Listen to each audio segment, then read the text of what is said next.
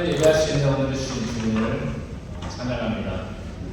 다시 일어나셔서 기도하시므로 6월 9일 예배를 하나님께 올려드리겠습니다.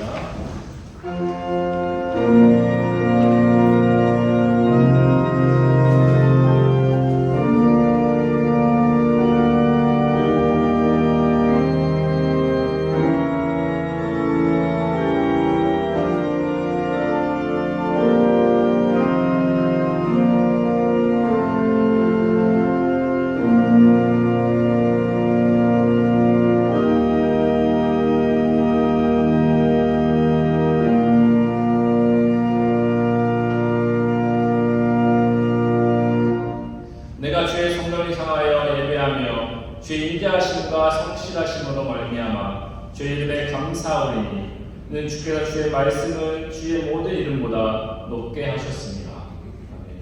하나님, 우리가 하나님의 성전에 나와 우리를 향한 하나님의 인자하심과 성실하심에 감사하며 하나님께 예배합니다. 우리 예배를 가운데 함께 해주시고 예배 가운데 좌정하셔서 우리가 드리는 마음의 예배를 받아주시옵소서. 오직 하나님께만 이 예배를 올려드립니다. 예수 그리스도의 이름으로 기도합니다.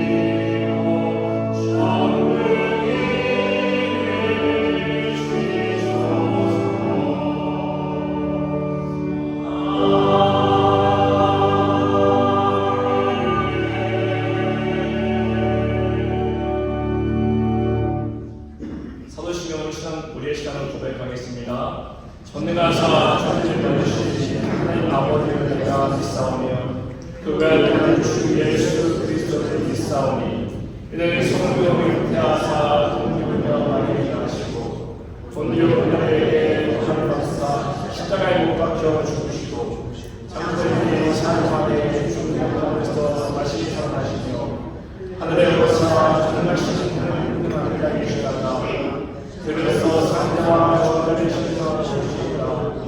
성령을 믿사오며 거룩한 공회와 성과 사고가 받는 것과 죄를 사하신 것과 몸이 다시 사는 것과 영원히 사는 것을 믿사옵나이다. 아멘. 모두 자리에 앉아 주시기 바랍니다. 우리 함께 찬양드리겠습니다. 예수 우리 왕이여.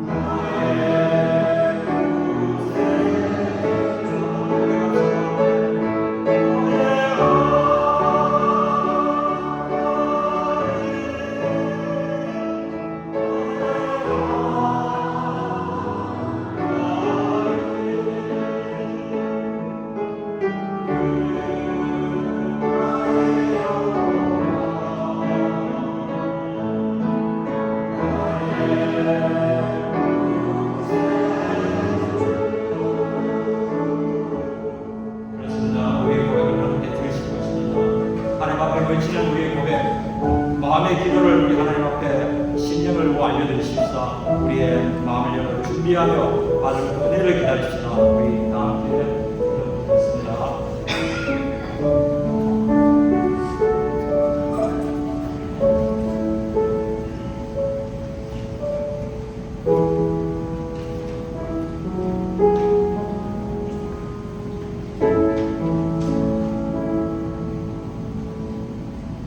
사랑이 많으시고 은혜가 충만하신 하나님, 오늘 거룩한 소리를 허락하여 주시고 원금 각처에서 성도들을 불러 모아 하나님이 사랑하시는 온된 유저리 제일감리교회에서 성소주의를 할 수 있게 건강을 허락하여 주신 하나님께 감사를 드립니다. 죄악 가운데에서 죽을 수밖에 없는 우리를 십자가 보혈의 피로 구원하여 주시고 하나님의 자녀로 삼아주신 하나님의 크신 사랑을 더욱 감사드리옵나이다. 힘으로는 삼손과 같게 하시고 지혜로는 솔로몬과 같은 지혜를 베푸시며 성교와 전도에는 사도 바울과 같은 능력 베푸사 주님의 이름으로 이 제단에 나오는 모든 성도들을 매 시간마다 은혜 받고 돌아가는 성도들에게 은혜 나려 주시옵소서. 사랑하는 항상 실수하고 실패하는 우리를 품어주시고 용서하시며 때마다 새로운 은혜의 기회를 베풀어 주심에 감사합나이다. 저희들이 넘어지거나 슬플 때에도 포기하거나 낙심하지 않으시고 주님만을 바라보며 다시 일어설 수 있는 용기를 주시고 주님의 행하시는 승리를 맛보는 저희들 되게 하시옵소서.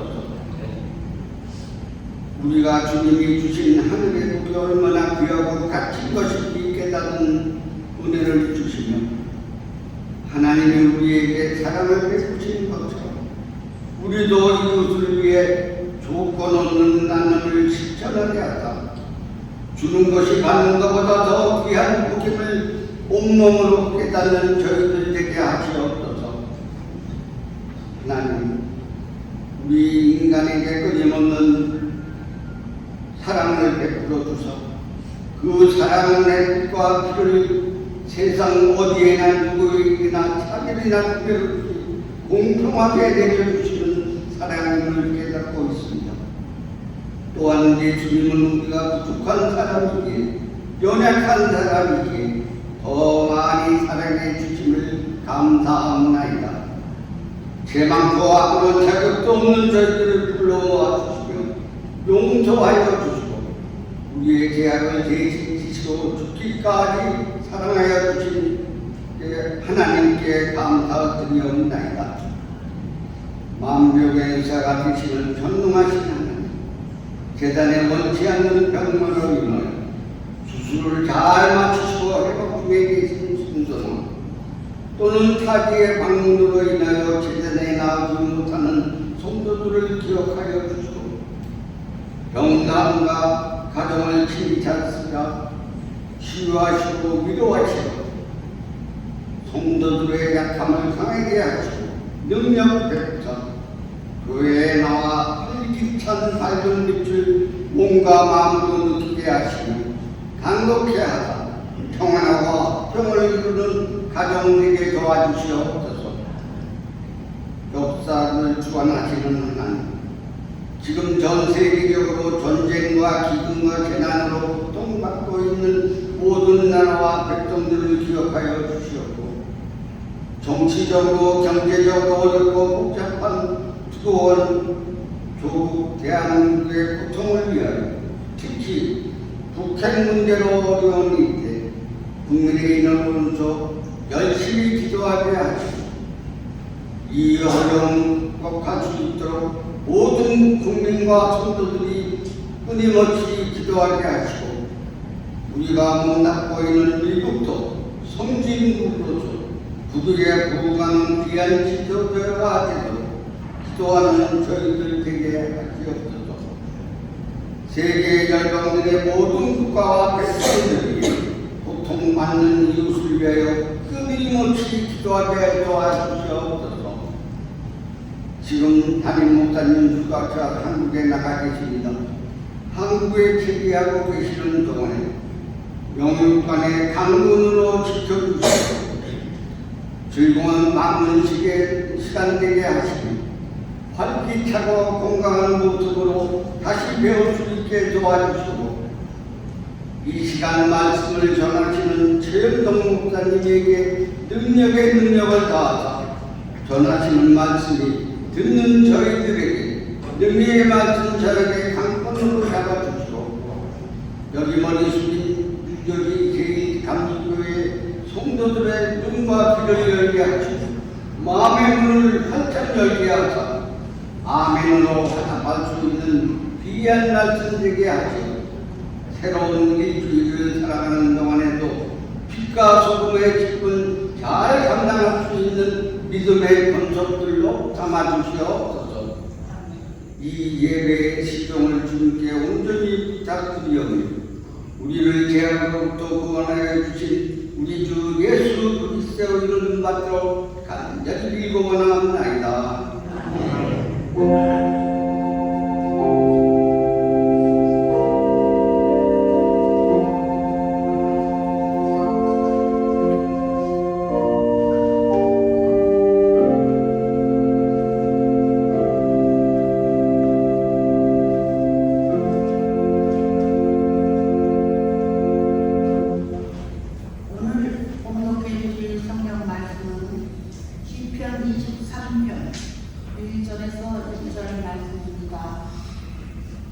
여호와는 나의 목자시니 내게 부족함이 없으리로다. 그가 나를 푸른 풀밭에 누이시며 쉴 만한 물가로 인도하시는도다. 내 영혼을 수생시키시고 자기 이름을 위하여 의의 길로 인도하시는도다. 내가 사망의 음침한 골짜기로 다닐지라도 해를 두려워하지 않는 것은 주께서 나와 함께 하시리라. 주의 지팡이와 막대기가 나를 안위하시나이다.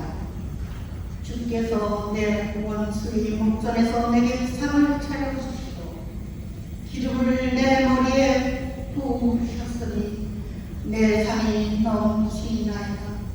내 평생의 선하심과 인자하심이 반드시 나를 따르리. 내가 여호와의 집에 영원히 살리로다. 살아계신 하나님 말씀입니다. 아멘. 교회 소식은 모든 교회 소식은 주보를 참조하시기 바랍니다. 제가 설교를 기도하겠습니다. 하나님 감사합니다. 예수 그리스도의 십자가로 사실 이 교회를 사랑하시고 우리 주님께서 하나님의 은혜를 늘 풍성히 내려주시니 감사합니다. 하나님 오늘 예배를 통하여서 우리 주님과 영광 받으시고 말씀의 은혜가 삶 깊숙이 바뀔 수 있도록 하나님 도와주시옵소서. 우리 함께 하실 걸 믿사오며 예수님 이름으로 기도합니다. 할렐루야. 이렇게 귀한 교회에서 귀한 훌륭하신 성도님들께 하나님의 말씀을 전하실 수 있는 너무도 감사드립니다. 이렇게 하나님의 귀한 말씀을 전약한 입으로 귀한 성도님들께 잘 전할 수 있을지 두렵기도 합니다. 지난주에 제가 교회 오신 성도님들에게 인사하기 위해 서 있었습니다. 그렇게 서 있는 와중에 두 장로님들께서 하시는 말씀을 듣게 되었습니다. 한 장로님께서 옆에 있는 장로님이 이렇게 말씀하시는 거였습니다. 장로님들은 큰 축복을 받은 분입니다. 말씀하시는 겁니다.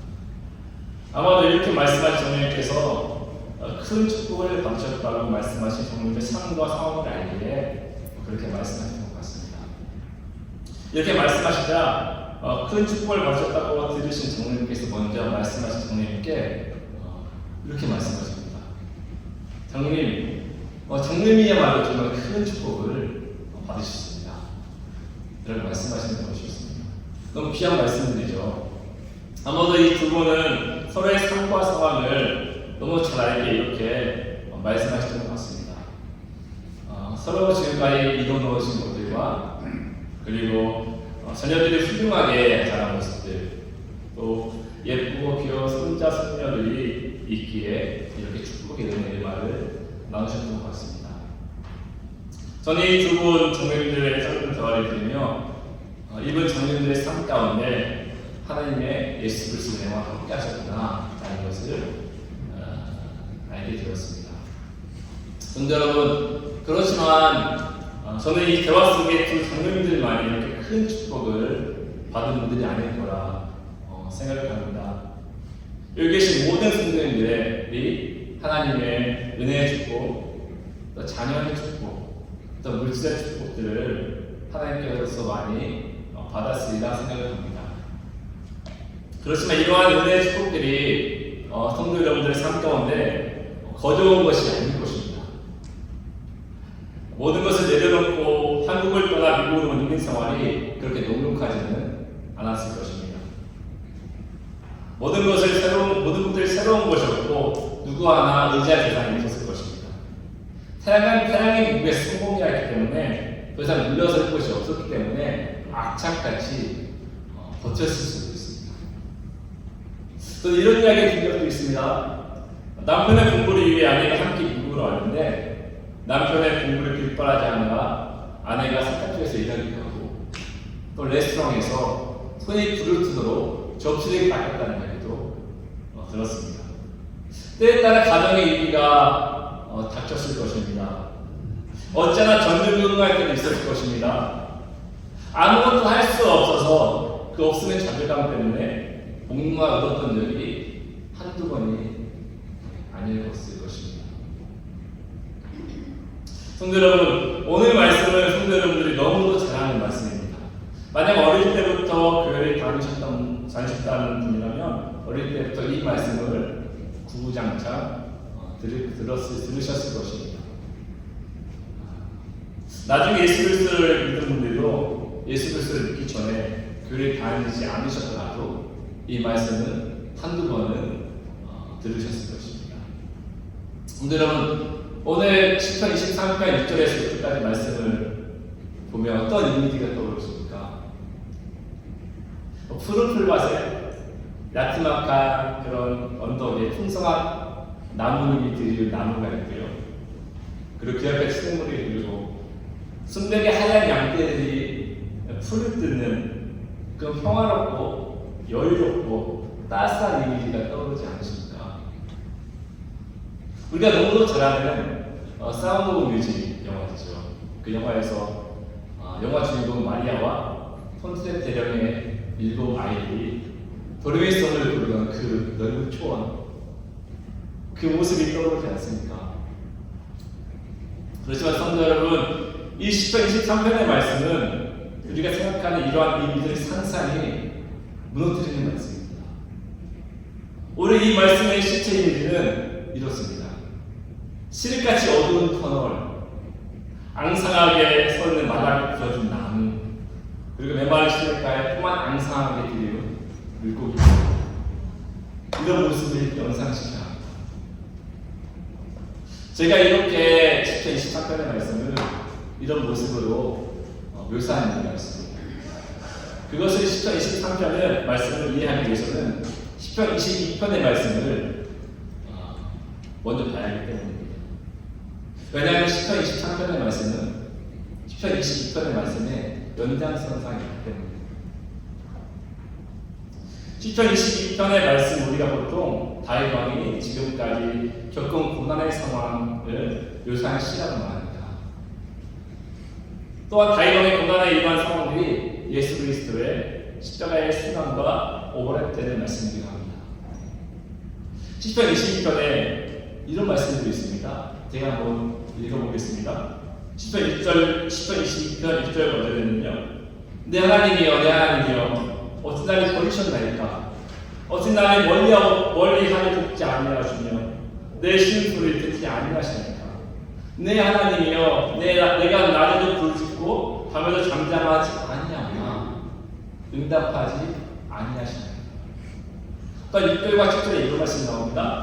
나는 벌레여 사람이 아니라 사람의 비방거리요 백성은 조롱거리니 나를 보는 자마다 다 나를 비웃으며 입술을 삐죽거리고 머리를 흔들며 라고 말합니다. 또 14, 18절에 이런 말씀이 나옵니다.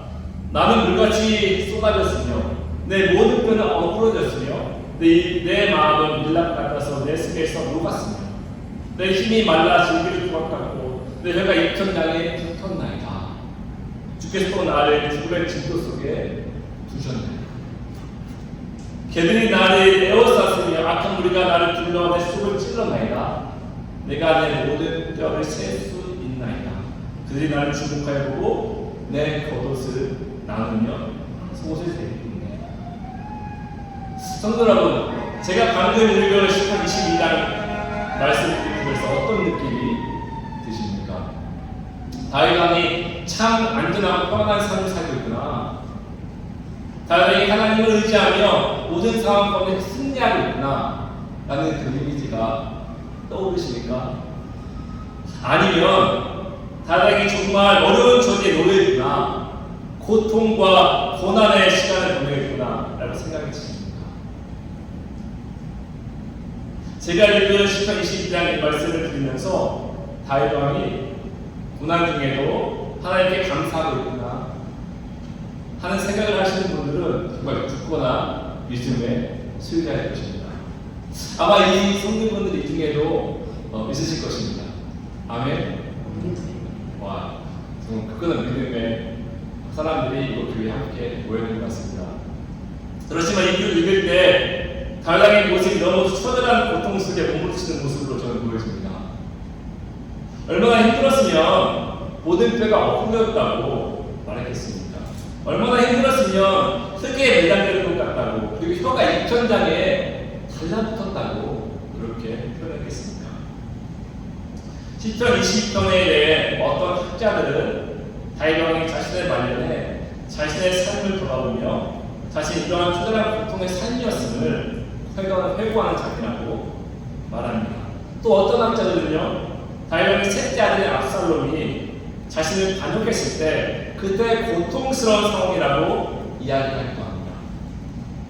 그렇지만 상황이 어찌 되었던 간에요, 분명한 것은 다윗 왕은 자신이 지금 이 상황이 벌레만도 못한 상황, 뼈가 깎이는 고통에 있었다는 사실입니다. 이런 시편 20편의 말씀에 연장선상 있는 말씀이 바로 시편 23편인 것입니다. 시편 23편의 말씀은 그렇지만 시편 23편은요, 시편 22편의 말씀과 완전히 다른 이미지로 우리에게 묘사하고 있습니다. 시편 20편의 말씀이 마치 광풍이 부는 바다 한가운데 요동치는 배한척이 이태롭게 이리 흔들리고 저리 흔들리고 마치 금방이라도 배가 침발할 것만 같은 그런 느낌이라는요. 시편 23편의 말씀은 광풍이 불어 금방이라도 침몰할 것만 같은 요동치는 배는 다 사라졌습니다. 그리고 아주 잔잔한 바다 위에 여유롭고 평화롭게 떠있는 대한정만 보여드립니다. 여러분들이 느끼는 이 이미지처럼요, 평화롭고 여유롭고 따스한 이미지가 20편 23편에서 떠오를 것입니다. 그렇다면 성도 여러분, 다윗왕은 10편 20편 같은 위기의 상황 가운데 어떻게 이렇게 10편 24편 같은 평화롭고 여유로운 마음을 갖고 또 이런 마음으로 이렇게 아름다운 시를 쓸 수 있었어요. 우리는 이것에 대한 힌트를 오늘 본문 10편 23편 4절에서 찾아볼 수가 있습니다.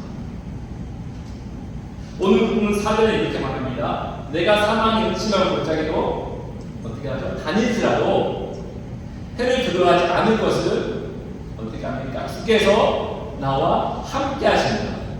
주의 지팡이와 막대기가 나를 안위하시나이다 라고 고백합니다. 우리는 이 구절에서 한 가지 문장에 우리의 눈을 주목해야 할 필요가 있습니다. 그 구절은 바로 주께서 나와 함께 하신다. 이 구절에서 함께 하신다는 단어가 나오는데요. 여기서 함께 하신다, 또는 함께하다 라는 단어는 히브리어로 임마디입니다.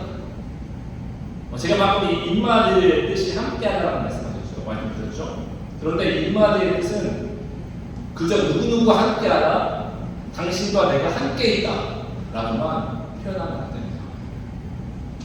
이 임마디는 임마누엘이라는 와 같은 어원이 있습니다. 그래서 성도 여러분, 임마누엘의 뜻이 무엇이죠? 뭐죠? 하나님이 우리와 함께 계시다라는 뜻이 있습니다. 우리에게 임마누엘이라는 단어는 정말 중요한 단어이죠. 왜냐하면 우리의 구원자이신 예수 그리스도를 가리키기 때문에. 이러한 임마누엘이라는 단어가 임마누엘이라는 단어와 같은 어원이라는 것입니다. 우리가 이 임마누엘 단어를 더 잘 이해하기 위해서는요, 이스라엘 사람들이 이 단어에 대해서 어떻게 받아들이는지 살펴볼 필요가 있습니다. 이스라엘 백성들에게 이 임마누엘, 즉 함께하다라는 뜻은, 그래서 제가 주변에 제가 언급했던 것처럼 그저 누구누구와 함께하다 그만 끝나는 것이 아닙니다. 이스라엘 백성들에게 이 뜻은 내가 너를 책임질 것이다. 넌 나의 전부다. 넌 나의 소유다. 라는 의미가 담겨있는 것입니다. 그러니까 여기서 10편 23편 4절에 말하는 주께서 나와 함께 하시리라 라는 뜻은요, 주께서 나를 책임질 것이다. 주께서 나의 전부 되십니다. 나는 주의 소유입니다. 라는 의미 뜻이 담겨있는 것입니다. 나의 자신이 사망의 음침한 골짜기로 다닐지라도, 고통과 고난의 시간을 지날지라도 하나님께 자신이 책임질 것이고, 나의 전부 되신 주님이 나와 함께 할 것이고, 나는 주님의 소유이기 때문에, 그렇기 때문에 자신이 처한 상황에 대해 두렵거나 무서워하지 않고 평안하고 잔잔한 마음을 가질 수 있는 것입니다.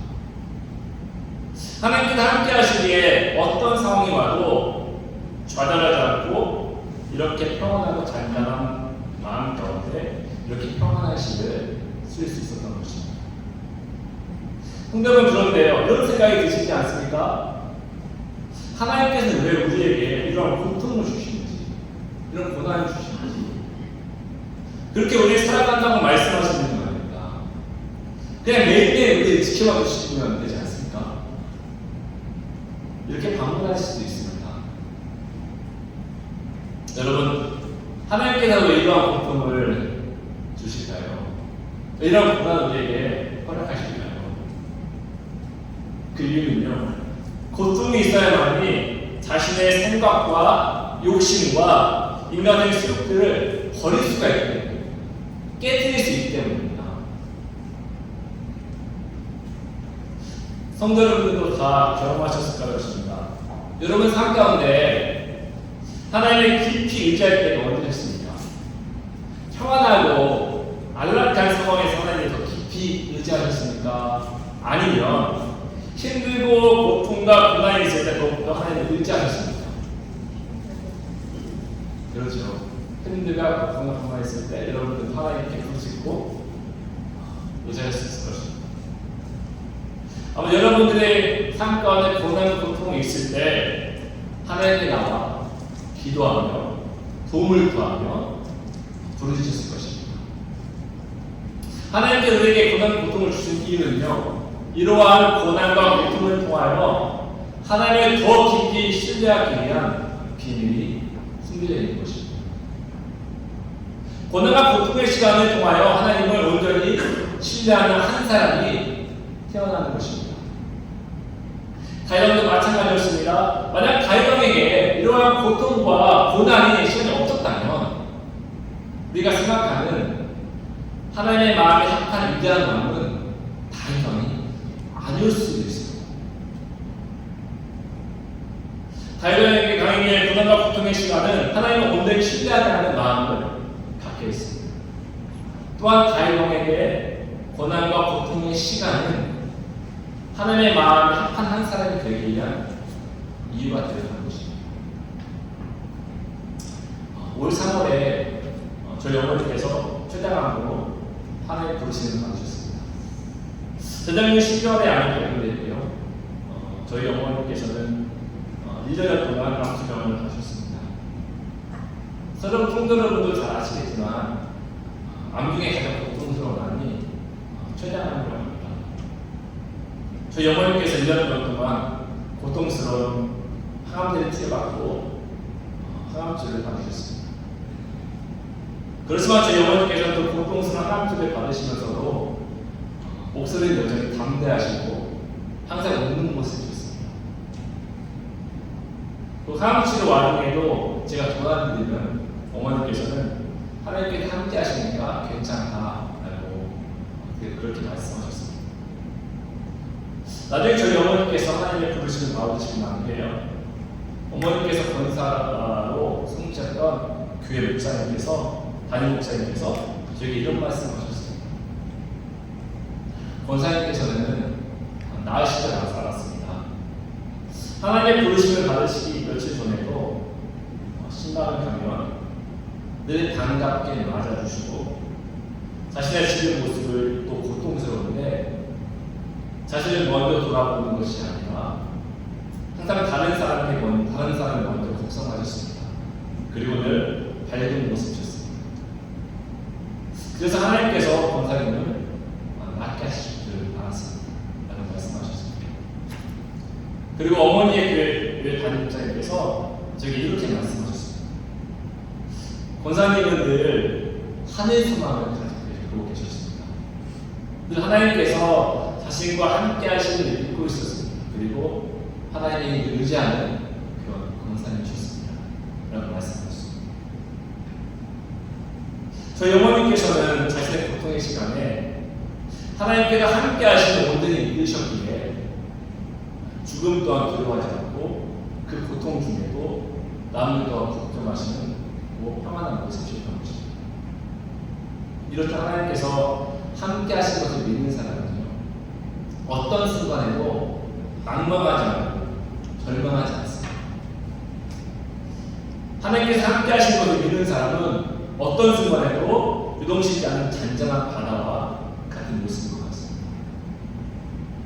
사실 이러한 이야기들이 다윗왕이나 저희 어머니 상황에만 적용되는 게 아닐 것입니다.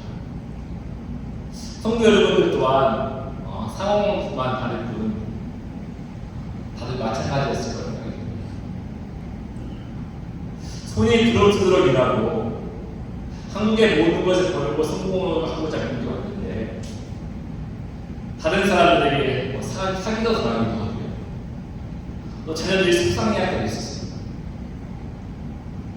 미국에 공부하러 왔는데 공부는 못하고 일만 하고 자신의 모습을 보면서 다윗이 시편 20편에 고백했던 것처럼 내 하나님이여 내 하나님이여 어찌 나를 버리셨나이까 어찌 나를 멀리하여 덮지 아니하시오며 내 신소리를 듣지 아니하십니까 내 하나님이여 내가 낮에도 부르짖고 밤에도 잠잠하지 아니하오나 응답하지 아니하시나이다 라고 하나님께 원망도 하셨을 것입니다.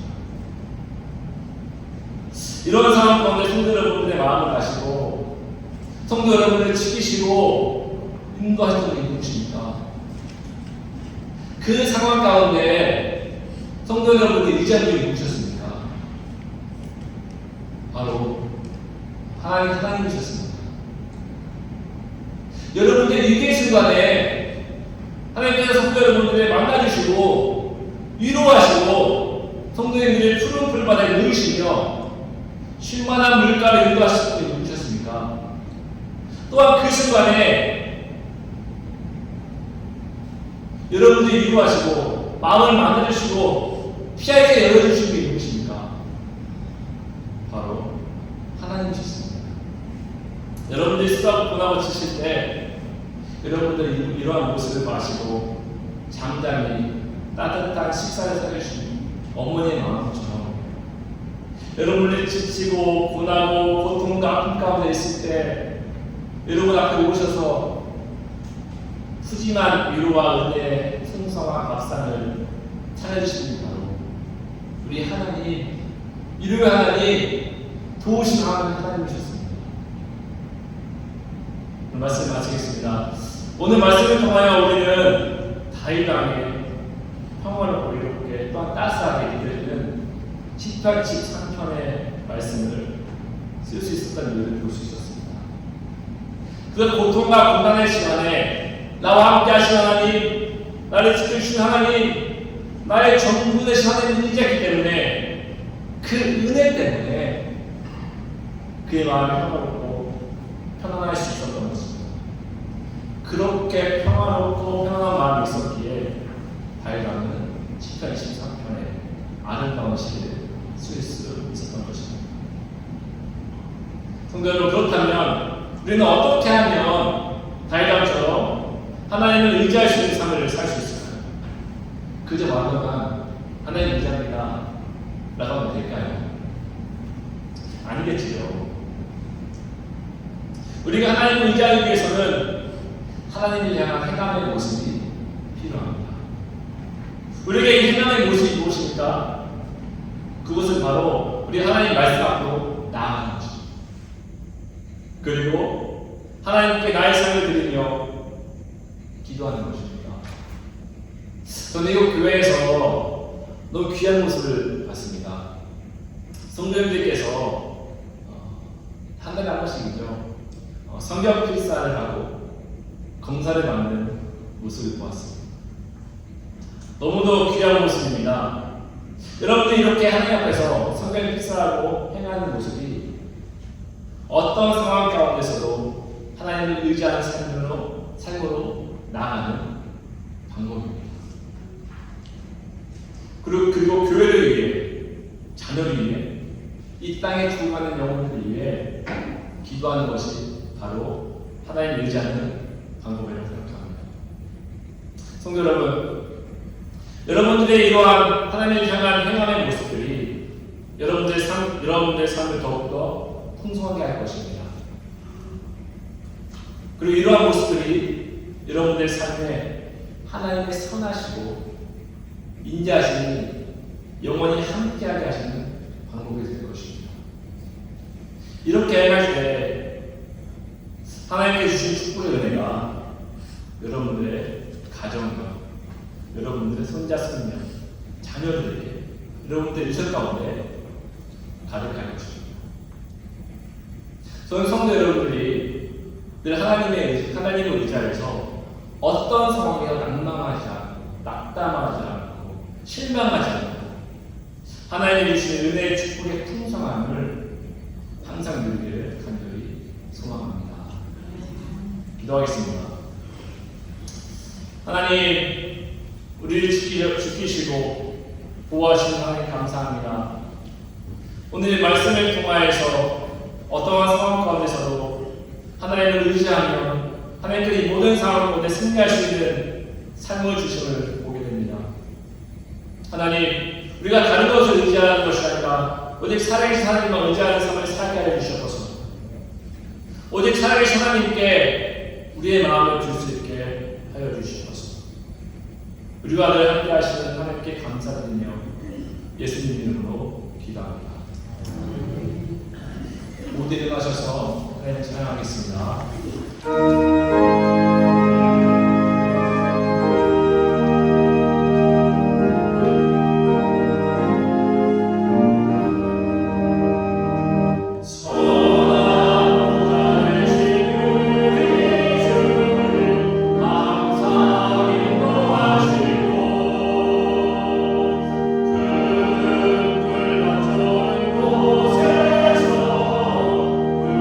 우리 어려운 소소